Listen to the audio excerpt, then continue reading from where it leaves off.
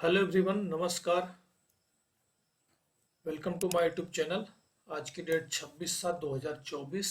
आज तक के जितने भी करंट अफेयर्स इम्पोर्टेंट थे सभी को लेके आया हूँ और स्टार्ट करते हैं। स्टार्ट करने से पहले जो लोग हमारे चैनल पे नए हैं, पहली बार वीडियो देख रहे हैं, चैनल को सब्सक्राइब कर ले और बेल आइकन को भी प्रेस कर दे, जिससे कि नए वीडियो का नोटिफिकेशन आपको आता रहेगा। और डिस्क्रिप्शन में हमारे टेलीग्राम चैनल का लिंक है, आप चाहें तो उससे भी जुड़ सकते हैं, जिसपे कि मैं डेली वीडियो का पीडीएफ और 4-5 चैनल के न्यूज़पेपर्स की पीडीएफ भी वहाँ प्रोवाइड कराता हूँ, तो आप उससे भी चाहे तो डाउनलोड कर सकते हैं। तो स्टार्ट करते हैं कुछ इम्पोर्टेंट डेज के साथ। जुलाई के जो महत्वपूर्ण दिन हैं उनसे स्टार्ट करते हैं। 1 जुलाई को सीए दिवस मनाया जाता है, जीएसटी दिवस, राष्ट्रीय चिकित्सक दिवस मनाया जाता है। और 2 जुलाई को विश्व खेल पत्रकार दिवस। 3 जुलाई को अंतर्राष्ट्रीय प्लास्टिक बैग मुक्त दिवस। 4 जुलाई को अमेरिका का स्वतंत्रता दिवस मनाया जाता है। 6 जुलाई को विश्व जूनोसिस दिवस मनाया जाता है। और 7 जुलाई को विश्व किस्वाहिली भाषा दिवस मनाया जाता है। और 10 जुलाई को राष्ट्रीय मत्स्य किसान दिवस मनाया जाता है। और 11 जुलाई को विश्व जनसंख्या दिवस मनाया जाता है। 12 जुलाई को अंतर्राष्ट्रीय मलाला दिवस मनाया जाता है। और 14 जुलाई को बैस्टिल दिवस मनाया जाता है। 14 जुलाई को बैस्टिल दिवस। और 15 जुलाई को विश्व युवा कौशल दिवस। और 16 जुलाई को आईसीएआर का स्थापना दिवस मनाया जाता है। और 17 जुलाई को विश्व अंतर्राष्ट्रीय न्याय दिवस मनाया जाता है। 18 जुलाई को नेल्सन मंडेला अंतर्राष्ट्रीय दिवस मनाया जाता है। और 20 जुलाई को अंतर्राष्ट्रीय शतरंज दिवस मनाया जाता है। और 20 जुलाई को ही अंतर्राष्ट्रीय चंद्र दिवस भी मनाया जाता है। 22 जुलाई को पाई सन्निकटन दिवस मनाया जाता है और राष्ट्रीय आम दिवस भी मनाया जाता है। 23 जुलाई को राष्ट्रीय प्रसारण दिवस मनाया जाता है। और 24 जुलाई को राष्ट्रीय आयकर दिवस मनाया जाता है। इसके बाद स्टार्ट करते हैं आज का पहला प्रश्न। हाल ही में अश्विनी वैष्णव ने भारत के 500वें सामुदायिक रेडियो स्टेशन का उद्घाटन किया है।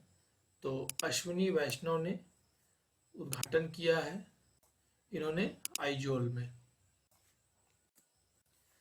हाल ही में भारतीय सेना ने कहां बहुराष्ट्रीय सैन्य अभ्यास खान क्वेस्ट में भाग लिया है? तो भारतीय सेना ने मंगोलिया में भाग लिया है।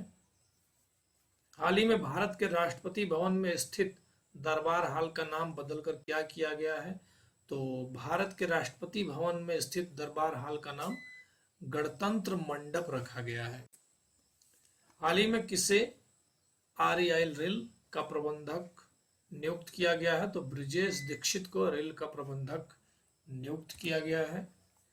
हाल ही में बहामास कॉमनवेल्थ के हाई कमिश्नर कौन बने हैं? तो कॉमनवेल्थ गेम के हाई कमिश्नर मयंक जोशी को बनाया गया है। हाल ही में रिन्यू ने कहां 400 मेगावाट की सौर परियोजना का उद्घाटन किया है?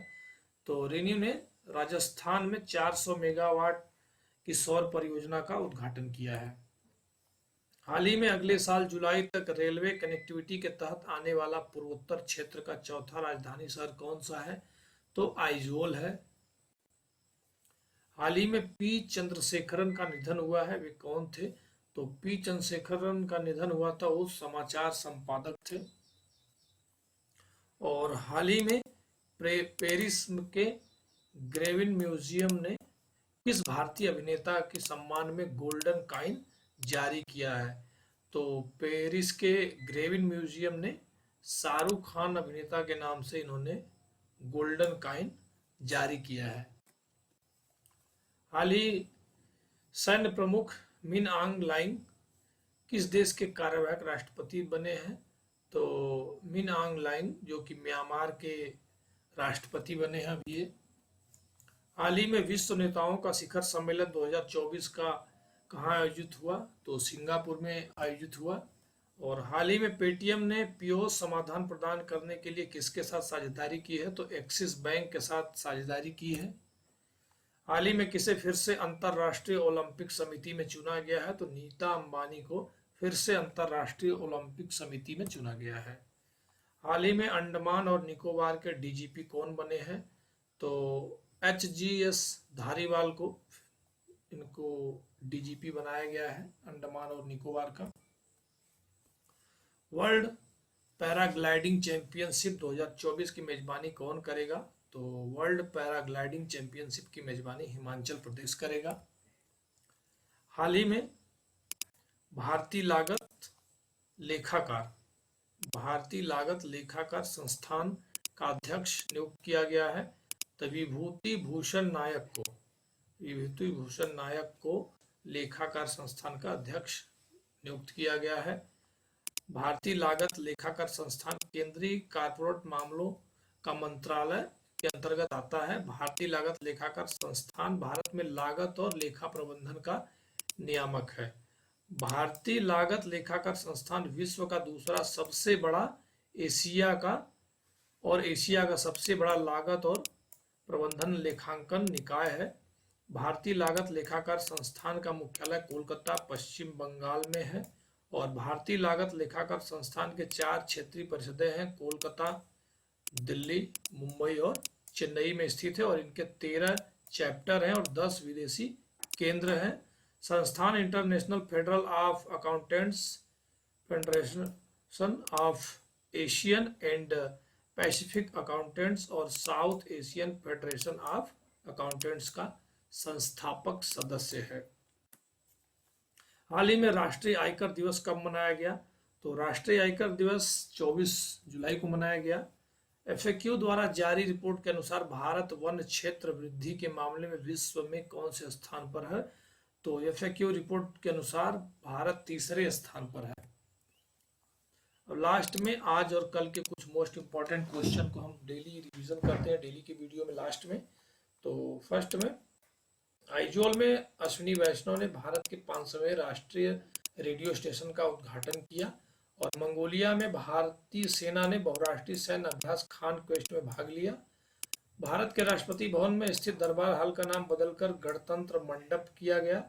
ब्रजेश दीक्षित को रेल का अगला प्रबंधक नियुक्त किया गया।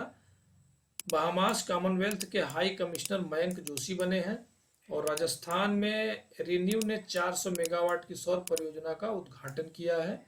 आइजोल अगले साल जुलाई तक रेलवे कनेक्टिविटी के तहत आने वाला पूर्वोत्तर क्षेत्र का चौथा राजधानी शहर है।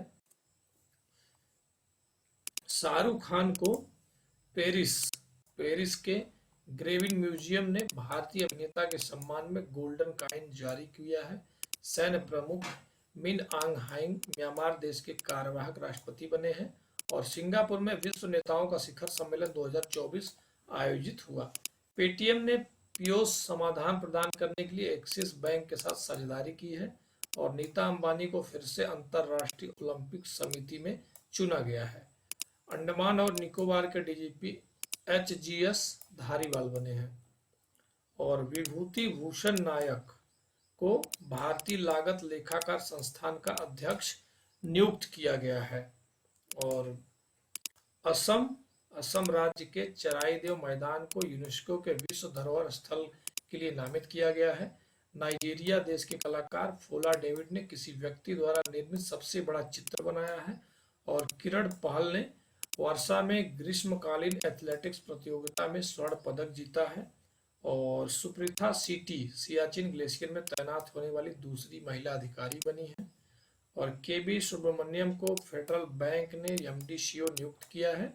और इंडसइंड बैंक ने महिला पहलवानों के लिए रेसल फॉर ग्लोरी कार्यक्रम लॉन्च किया है। सिक्किम राज्य के पर्यटक के लिए कचरा बैग ले जाना अनिवार्य कर दिया है। गोवा में